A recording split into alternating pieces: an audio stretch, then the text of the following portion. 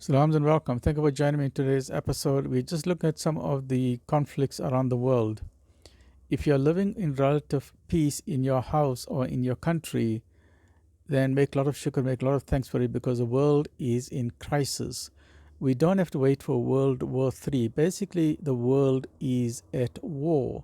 There are only a few places where there is no war. Let me explain to you what this graph means. In this area here, when we are seeing, let me just get my focusing right. Okay.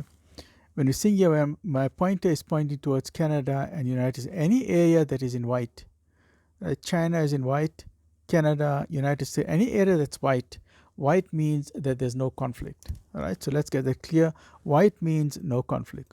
Let me just see if I can get it a bit, get my focusing right there. So let's see the areas in the world where there's no conflict. Greenland, no conflict. Canada, America, no conflict.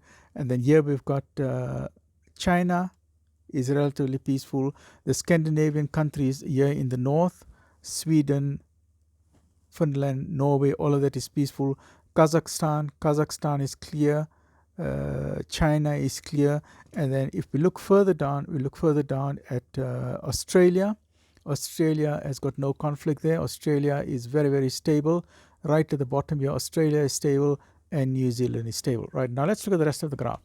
This is where things get pretty hairy and pretty serious if you're living in any of these countries. This is known, the dark orange, this dark brown areas. Please focus on these dark brown areas, these ones here. I'm pointing at Brazil at the moment. Can you see the red on the Brazil? These dark brown areas, almost a purple, these means those areas are severe, extreme violence, extreme conflict. Then the dark blue areas means very high, very high. These orange areas where the conflicts is going on all the time. I apologize. The blue areas is turbulent. I apologize. Let me do that again. The purple areas is very high. The orange areas is severe. And the blue areas is turbulent. So South Africa is turbulent. It's not extreme.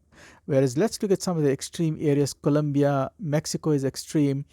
Sudan, Ethiopia extreme. Myanmar here on this side is extreme. And then if you look at all the orange areas in the world tells us, for example, we've got Russia and Ukraine, very high areas of conflict, Russia and Ukraine. Then we've got everywhere from Bangladesh, we've got India, Pakistan, this whole entire Middle East area, which sadly, the majority Muslim areas in the world are in severe conflict. Let's look at the table. What does the table tell us, right? So here's the table. Now, once again, we see where it's showing this brown is showing extreme level of conflict in these areas. Palestine has got extreme level. Let me just increase that a bit. Okay, Palestine extreme, consistent. Myanmar extreme. Syria extreme. Mexico extreme. Nigeria extreme. Brazil extreme. Which are the Muslim countries so far? Palestine Muslim, Myanmar Muslim, Syria Muslim, Nigeria half of it is Muslim. Let's continue. Lebanon, extreme Muslim country. Sudan, extreme Muslim country. Cameroon, half of it Muslim, if not more, is extreme. Colombia is extreme. Very high. Now we come to high. High means Haiti. Pakistan is high, is improving, but Pakistan, Muslim country. DRC, high. Ukraine, high. India, high. Yemen, high. Yemen, Muslim country, high. Iraq, Muslim country, high. Bangladesh, Muslim country, high. Russia, high. Ethiopia, Muslim country, high. Somalia, Muslim country, high. Mali, high. Kenya, high. Jamaica, high. South Sudan, high. Honduras, high. Venezuela, high. Burkina Faso, high. Afghanistan, high. Philippines, high. And then we get to Trinidad, which is turbulent but improved. There's a list of about 100 from the list. I'm not going to go through all the 100. I'm just focusing on areas. There's 29 countries in the world, 29 countries where the situation is high. Like say in Afghanistan, look at number 29, Afghanistan, it's worsening. It's getting worse in Afghanistan. In Venezuela, it's getting worse. In South Sudan, number 25, it's getting worse. So let's look at all of these. So please remember, when you're praying for peace in Palestine, please also include other countries. Let's look at the top 10, which is extreme violence. This is war.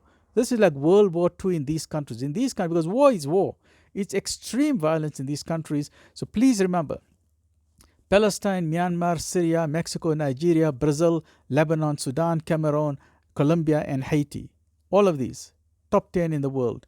Pakistan, DRC, Ukraine, India, Yemen, Iraq, Bangladesh, Russia, Ethiopia, Somalia, Mali, Kenya, Jamaica, South Sudan, Honduras, Venezuela, Burkina Faso, Afghanistan, Philippines, Trinidad and Tobago, right? Stay well, look after yourself. Make a lot of shukr if you're living in peace. But let's see, where is South Africa? Let me just see, just out of curiosity, let's just see where South Africa and what South Africa shows. Because there's South Africa. South Africa is number 35. We're quite high. So South Africa is number 35, turbulent, right? South Africa is turbulent, okay? Let's just go quickly through that list. Turkey, Uganda, Benin, Ghana. The last on number Chad is 50, right? But we're focusing on the top 30.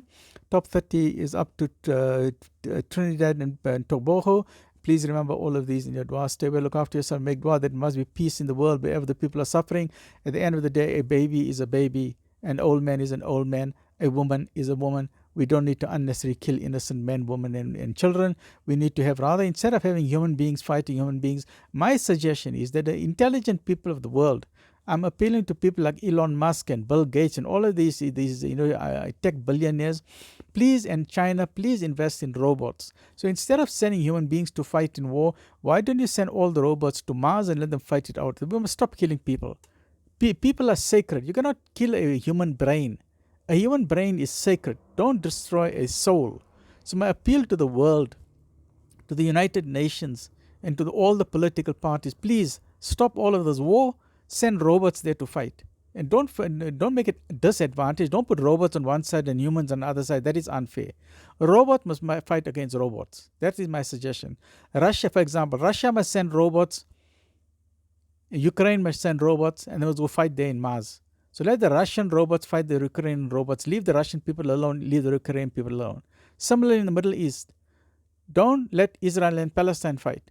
Israel must send robots. Palestine must send robots. And let them go fight it out on the planet Mars. Leave the people alone. So please remember these people in your dua. The world is in crisis, people. Please make dua. The least we can do is pray for them. The least we can do is to give a thought to other people while we are carrying on with our life. And at the same time, we must make lakh shukr. Stay well, look after yourself. Alhamdulillah.